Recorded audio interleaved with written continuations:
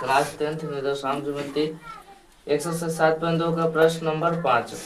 वह अनुपात ज्ञात कीजिए जिसमें बिंदुओं ए और बी को मिलाने वाला रेखाखंड एक्स अक्ष से विभाजित होता है और इस विभाजन के निर्देशांक भी ज्ञात कीजिए। देखिए, हमें अनुपात ज्ञात करना है जो बिंदुओं ए और बी को मिलाने वाले रेखाखंड, यानी कि बिंदु ए, ठीक है, और बिंदु बी दोनों को मिलाने से क्या बन रही है, रेखाखंड बन रहे हैं। इसका नाम क्या है, निर्देशांक है 1,-5 और इसका है -4,5।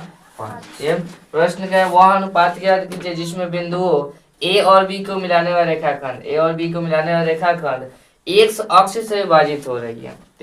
यानी ए बी जो रेखाखंड है वो किससे विभाजित हो रही है, एक्स अक्ष से विभाजित, अर्थात उस रेखा को एक्स अक्ष काट रही है, ठीक है, यानी प्रतिच्छेद कर रही है। तो मान लेंगे कि ए बी रेखा को, पी बिंदु जो है, पी बिंदु पी रेखाखंड को, ए बी रेखाखंड को एक्स अक्ष पी बिंदु पर विभाजित करती है। क्या कर रहे जी, पी बिंदु पर विभाजित करती है। अब जरा ध्यान दीजिए, एक्स अक्ष पर विभाजित हो रहे हैं, एक्स अक्ष विभाजित हो रहे हैं, तो एक्स अक्ष पर किसी बिंदु का निर्देशांक कितना होता है जी, एक्स कोमा में 0, यानी कि वाई का मान 0 होता है। वाई का मान कितना होता है जी, 0। तो सबसे पहले जो दिया है उसको हम लिख लेंगे, लोग दिया है, क्या दिया है जी, बिंदु ए, बिंदु ए कितना है जी, 1,-5 तथा बिंदु बी कितना है जी, -4,5 है, -4,5 है, ठीक, तथा ए बी रेखाखंड को, एक ही रेखाखंड को एक्स अक्ष से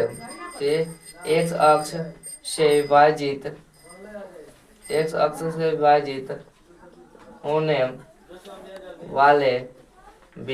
वाले बिंदु कौन है जी, पी है, ये पी है। तब पी बिंदु का निशान कितना हो जाएगा, तो पी बिंदु का निशान हो जाएगा 1,0 है। जब 1,0 यहाँ तक कोई दिक्कत है ना। लेकिन हम क्या, बिंदु ए तथा बिंदु बी इतना है, ए बी रेखाखंड को एक्स अक्ष से विभाजित करने वाला बिंदु पी है, तब पी बिंदु का निशान कितना होगा, 1,0, ठीक है, तथा ए बी रेखाखंड को बिंदु पी किस अनुपात में विभाजित कर रहे हैं, तो मान लेंगे ए बी रेखाखंड का जो पी बिंदु है ये M1 अनुपात M2 में इसे विभाजित कर रही है, ठीक है। तो ए बी रेखाखंड को पी बिंदु, बिंदु पी M1 अनुपात M2 में क्या करे जी, विभाजित करती है। तब तो हमें क्या निकालना है जी, अनुपात निकालना है, और ये विभाजित कर रही है। तो जब भी विभाजित की बात करें तो हम लोग किसका प्रयोग करेंगे, विभाजन सूत्र का प्रयोग करेंगे। लेकिन हम लोग तब विभाजन सूत्र से, तब किसका प्रयोग करेंगे, विभाजन सूत्र से। विभाजन सूत्र का होता है जी, x, y बराबर M1 x2 plus M2 x1, बाता में हो जाएगा M1 plus M2, M1 y2 plus M2 y1, बता हो जाएगा M1 प्लस हो जाएगा M2। यहाँ तक कोई दिक्कत नहीं ना। चलिए अब देखिए, ये वाला जो होता है ये x का मान होता है, ये वाला x का, और ये वाला y का मान, ठीक है। इसके पहले हम अनुपात निकालने के लिए बताए थे कि यदि जो बिंदु काट रही है वो बिंदु में यदि x का मान दिया है तो x वाले के बराबर करेंगे, y का मान दिया है तो y वाले बराबर करेंगे, और दोनों दिया है तो दोनों में किसी को बराबर कर सकते हैं। देखिए यहाँ पर x का मान x दिया है, बराबर दिया है क्या, नहीं दिया है, ठीक है। x का कोई अंक नहीं दिया है, x का मान क्या x दिया है, लेकिन y का मान 0 दिया है, यानी कि इसमें y का मान दिया है तो किसको बराबर करेंगे, y वाले को बराबर करेंगे, ठीक है। तो लेकिन हम लोग इस वाले को, इसको, तो ये y वाले के बराबर कौन आएगा, ये वाला आएगा ना जी। तो इस y के बदले हम लोग इसके लिखेंगे, तो इस y का मान कितना है जी, तो ये x है, और ये क्या है y, और ये x1 y1 और ये x2 y2 है। कोई दिक्कत है ना। चलो जो तो ये y, तो y का मान कितना है 0, बिंदु y का मान कितना है जी 0 और कोमा। अब इसको लिखा जाएगा ना जी। तो M1 का मान कितना है, ठीक है, बताओ M1 का मान कितना है जी, M1 ही है, ठीक है। और गुणे y2 का मान कितना है 5 है, तो लिखेंगे हम लोग क्या 5 प्लस फिर m2 है तो क्या होगा m2 क्योंकि m2 निकालनी है और y1 के मान -5 होगा बटे m1 प्लस m2 है तो हो जाएगा m1 प्लस m2, यानी इस y वाले को हम क्या किए हैं बराबर किए हैं। समझ में आ रहा है सबको। अब इसके बाद हम कुछ है तो क्या रहेगा एक पहले एक स्टेप और बढ़ा दीजिए 0 बराबर 5 में m1 से गुना कीजिएगा तो क्या होगा 5m1 और plus minus minus plus minus m2 5 से गुना करो तो 5m2 हो जाएगा, बता में m1 प्लस m2। अब इसके बाद हम कुछ है क्या रहेगा एक रहेगा, ठीक है तो बात में कुछ है क्या रहता है जी एक रहता है, ठीक है तो m1 प्लस m2 में जब 0 से गुना कीजिएगा तो क्या आ जाएगा पूरा का पूरा 0 आ जाएगा, आएगा ना जी। और 5m1 माइनस 5m2 में 1 से गुना कीजिएगा तो वही संख्या आ जाएगा 5m1 माइनस 5m2 हो जाएगा। अब ये 5m1 इधर प्लस में इधर आएगा तो माइनस 5m1 बराबर में इधर क्या बचा 5m2।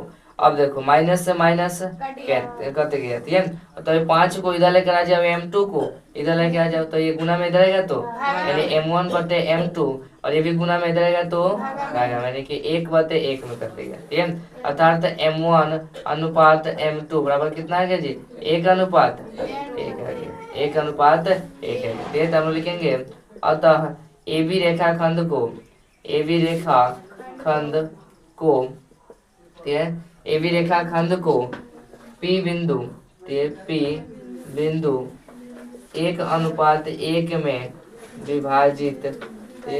विभाजित करेगा। यहाँ तक कोई दिक्कत है विभाजित करेगा। अब आगे जो प्रश्न कहा है कि इस विभाजन बिंदु के निर्देशांक भी ज्ञात कीजिए, यानी इसका हमें निर्देशांक भी ज्ञात करना है। तो देखो ये वाला ये x है और ये क्या है जी y, तो y का तो मान दिया है y का मान दिया है x का सिर्फ मान निकालना है। तो हम लोग विभाजन सूत्र क्या जानते हैं ये वाला x का मान होता है ये वाला y का मान होता है, तो सिर्फ इसको हम लेकर निकाल लेते हैं सिर्फ x का ना काम चाहिए तो x का हम लोग निकालेंगे तो लिखेंगे हम लोग की अब रखेंगे x बराबर ये x1 x का होता है और ये वाला y का तो मान दिया है, अगर रख के भी निकालिएगा तो 0 ही आएगा तो निकालने की कोई जरूरत नहीं, डायरेक्ट x का निकालिए तो x के बराबर ये वाला होता है तो इसका सूत्र क्या होता है जी m1 x2 plus m2 x1 पता हो जाएगा m1 प्लस m2, ठीक है। और देखिए x बराबर m1 के मान कितना है जी अब ये हो जाएगा 1 1 और 1 अनुपात 1 यानी कि m1 के मान 1 है m2 के मान 1 है, यानी m1 के मान 1 है गुने x2 के मान कितना है जी -4 और प्लस फिर m2 के मान 1 और x1 के मान 1 है, तो ये बता में m1 प्लस m2 यानी 1 प्लस 1 हो जाएगा, यानी x बराबर प्लस माइनस -4 और प्लस 1 कम 1 और बता में 1 और 1 2 हो जाएगा, ठीक है। और देखो x बराबर माइनस प्लस माइनस 4 में से 1 गया -3 और बता में 2 यानी x बराबर कितना आ गया -3/2 हो गया। अतः बिंदु P का निर्देशांक, ठीक है अतः बिंदु P का निर्देशांक अब देखो किसी बिंदु का निर्देशांक पहले x दूसरा वाला y, तो x का मान कितना है जी -3/2 और y का मान 0 हो जाएगा, ये तो दिक्कत है यानी इस बिंदु का निर्देशांक कितना हो जाएगा -3/2 और कोमा में 0 हो जाएगा। समझ में आया कोई दिक्कत है सर वहां पर ऊपर नीचे होना चाहिए यहाँ पर हाँ इसको इसमें समझ में आएगा नहीं